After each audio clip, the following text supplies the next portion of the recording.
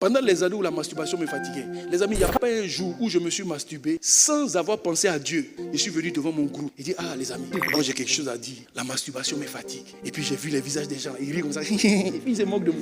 Les amis, pendant que j'étais en train de me confesser, c'est comme si Dieu ouvrait mes yeux. Et puis il savait que mes collègues étaient assis. Et puis eux, ils rient. Lorsque vous êtes tenté par le péché, lorsque le péché vous accule, par exemple, je suis dans la chambre et puis je pense à la masturbation. Beaucoup de gens font l'erreur d'aller prier pour dire, Seigneur, délivre-moi, je ne veux pas tomber, je ne veux pas tomber. Oh Jésus, délivre-moi de l'impudicité. Et puis, pendant que tu es en train de prier comme ça, les amis, ça ne marche pas. Tu vas chuter. Pendant les années où la masturbation me fatiguait, les amis, il n'y a pas un jour où je me suis masturbé sans avoir pensé à Dieu.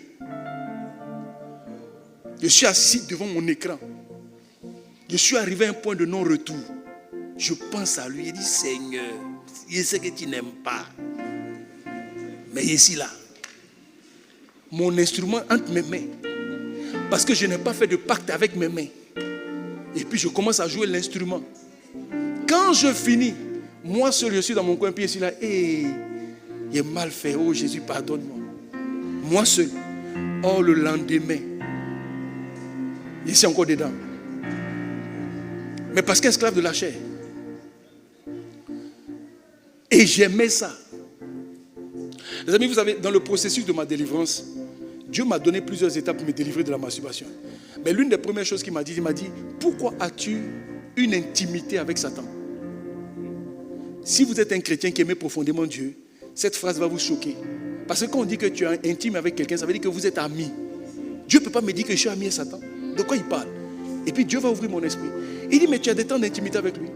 Parce que lui seul, il te met une certaine forme de pression. Il t'amène dans une chambre. Et puis vous deux, vous communiquez là-bas.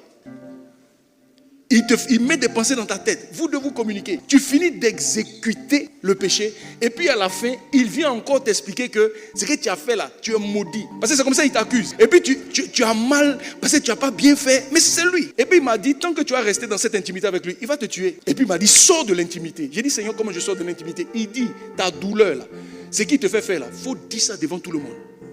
Comment ça? Entre-temps, j'étais directeur de l'académie. Bishop dans Vasdon. Il n'était pas encore pasteur, mais il était quand même quelqu'un honoré dans l'église.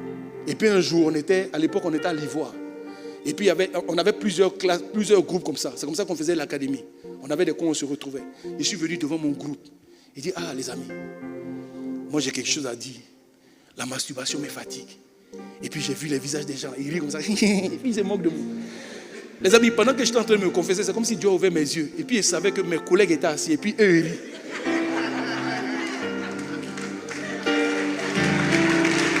Il rit.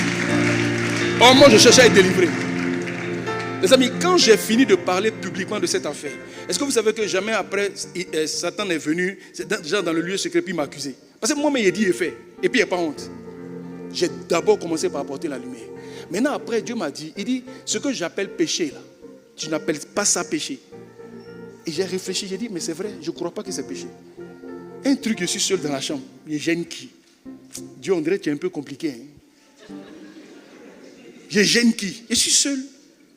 Il m'aimait bien. Pourquoi toi tu appelles ça péché? Mais les amis, comme j'aimais Dieu, le fait qu'il ait dit, moi j'appelle quelque chose d'un nom, et toi tu n'appelles pas ça comme ça, je me suis dit, attention, Dieu est en train de me dire, en vérité, tu n'as plus peur de moi. Tu ne me respectes plus. Pour ça là, j'ai pris tant de jeûnes. Je suis allé m'humilier devant Dieu pour dire, Seigneur, parce que si je ne te crains plus, mais ça veut dire que toutes les portes sont ouvertes. Ça veut dire que finalement je vais finir par me perdre.